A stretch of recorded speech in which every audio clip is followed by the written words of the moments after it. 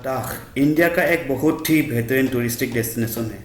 लद्दाख वो जगह है इंडिया का हर टूरिस्ट एक बार आने का सपना देखता है।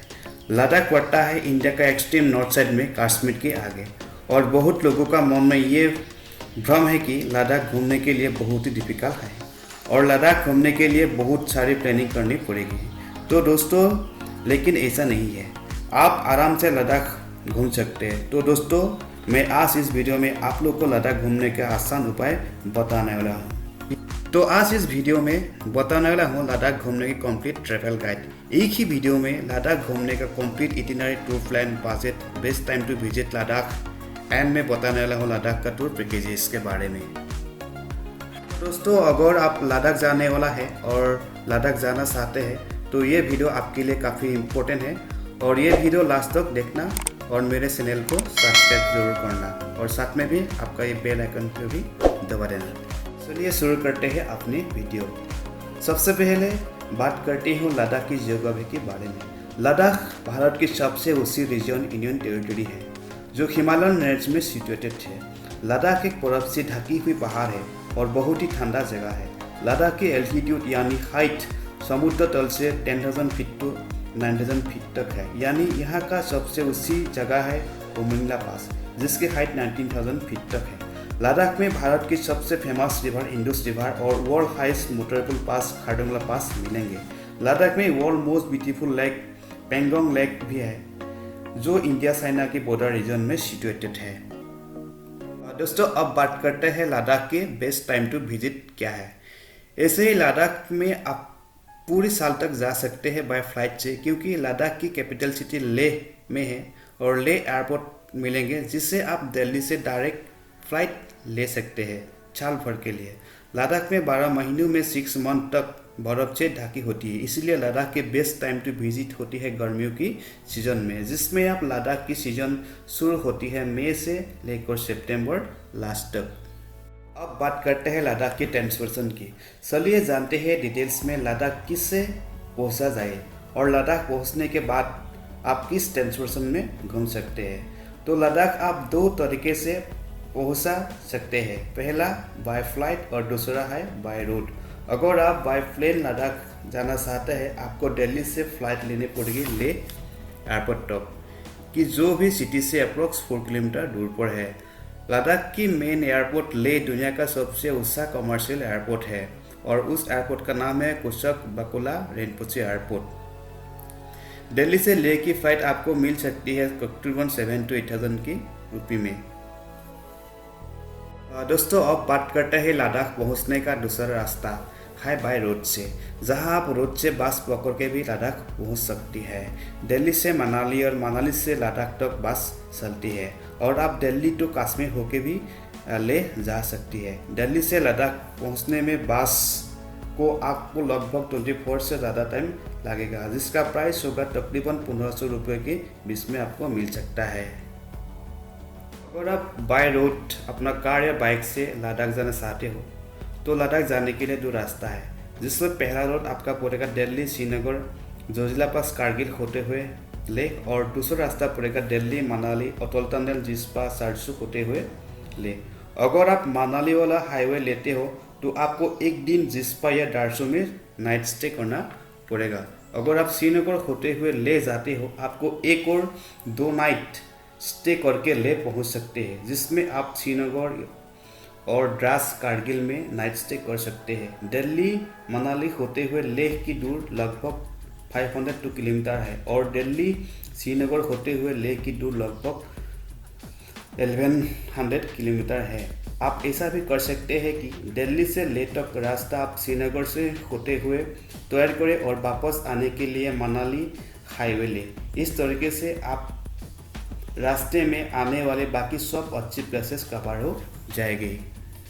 ले पहुंचने का दूसरा रास्ता, जो कि केवल बाइकर्स या फिर एडवेंचर्स प्रेमियों के लिए ही सही ऑप्शन होता रहता है, क्योंकि ये काफ़ी रिस्की रोड होती है जिस पर एक्सीडेंट भी होते रहते हैं। इसलिए फैमिली के साथ इस रोड में शेयरिंग कार या बस से जाने की मैं बिल्कुल रिकमेंड नहीं करूँगा। इससे बेहतर आप लद्दाख का लोकल टूर एजेंसी के साथ एक पैकेज ले सकते हैं। मैं लद्दाख की लोकल टूर एजेंसी मोटो टूर लद्दाख की पूरी डिटेल्स डिस्क्रिप्शन में दे दूंगा, जिसे आप चाहे तो बुकिंग करवा सकते हैं।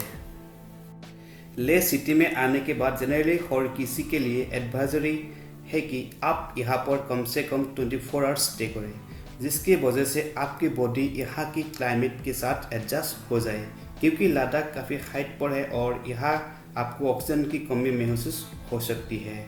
इसलिए अपने मेडिसिन भी साथ में ज़रूर लेके आइए। ले घूमने के लिए जाने वाले दो तरह के लोग होती है।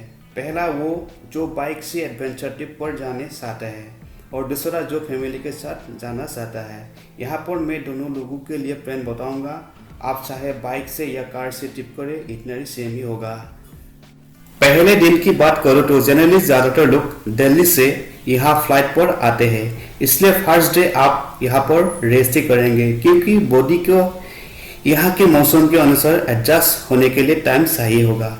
हालांकि अगर आप फिट महसूस करते हो तो आप इवनिंग में ले सिटी एक्सप्लोर कर सकते हैं, क्योंकि ले सिटी का इवनिंग का नज़ारा अलग सा ही होता है। दूसरा दिन की बात करें तो ले सिटी की टूर करेंगे, जिसमें आप Shanti Stupa, Leh palace, hall of fame, Gurudwara Pathar सहित, मैग्नेटिक हिल और लास्ट में आते हैं संगम पॉइंट, जहाँ पर जांस्कर और इंडस रिवर का संगम होता है। इस पॉइंट पर आपको राफ्टिंग भी होता है।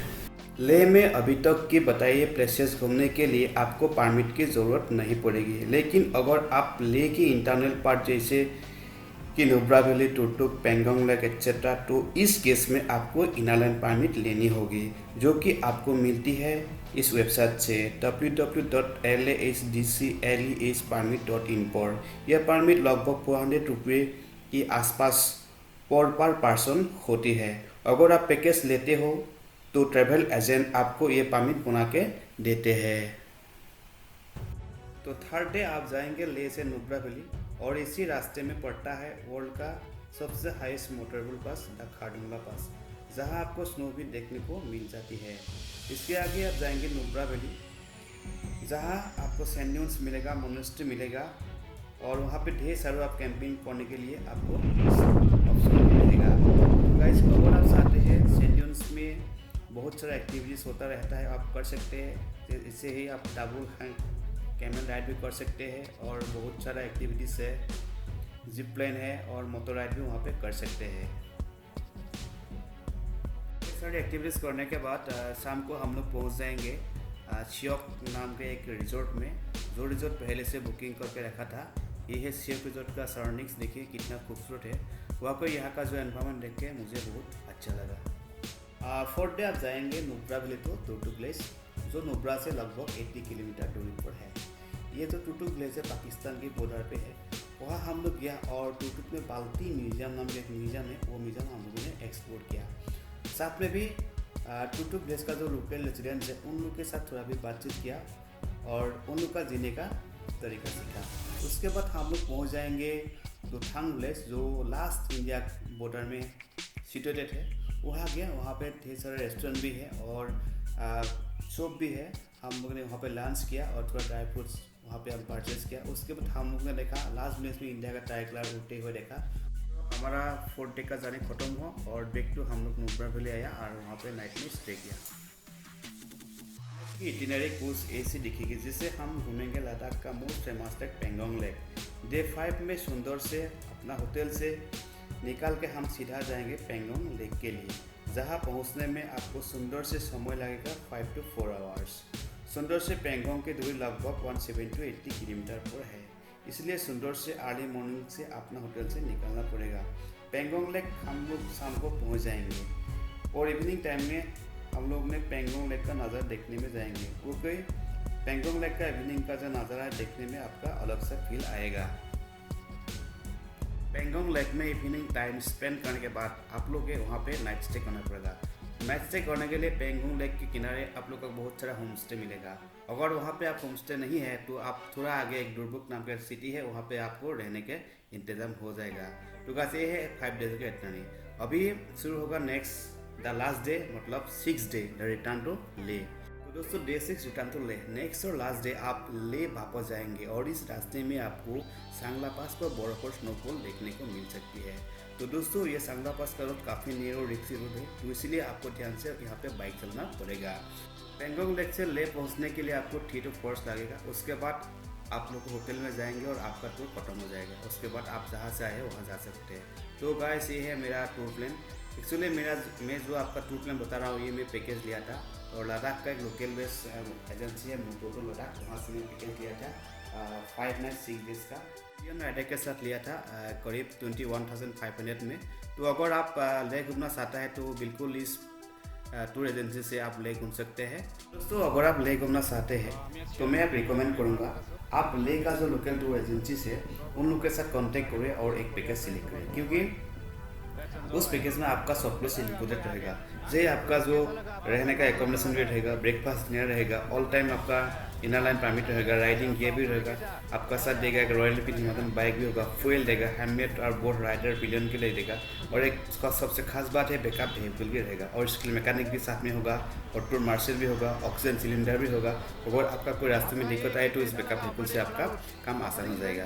तो ये है मेरा रिकमेंडेशन। अगर आप ले घूमना चाहते हैं तो आपके साथ कुछ चीज़ें आप कैरी करके लेके जाना पड़ता है। तो पहले आपको चाहिए था थर्मल शर्ट्स और पैंट्स, आपको चाहिए ड्राइविंग लाइसेंस और आईडी प्रूफ चाहिए, comfortable boot for riding, postpaid Airtel और जियो सिम, क्योंकि वहाँ पे प्रीपेड का जो एयरटेल और जियो का सिम काम नहीं करता है, इसलिए आप पोस्टपेड का सिम लेके जाइए।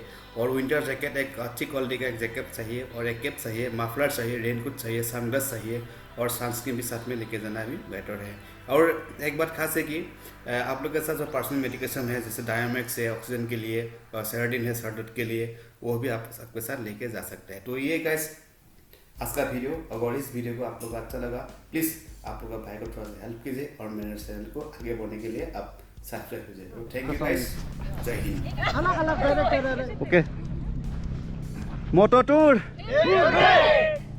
Hold the doors!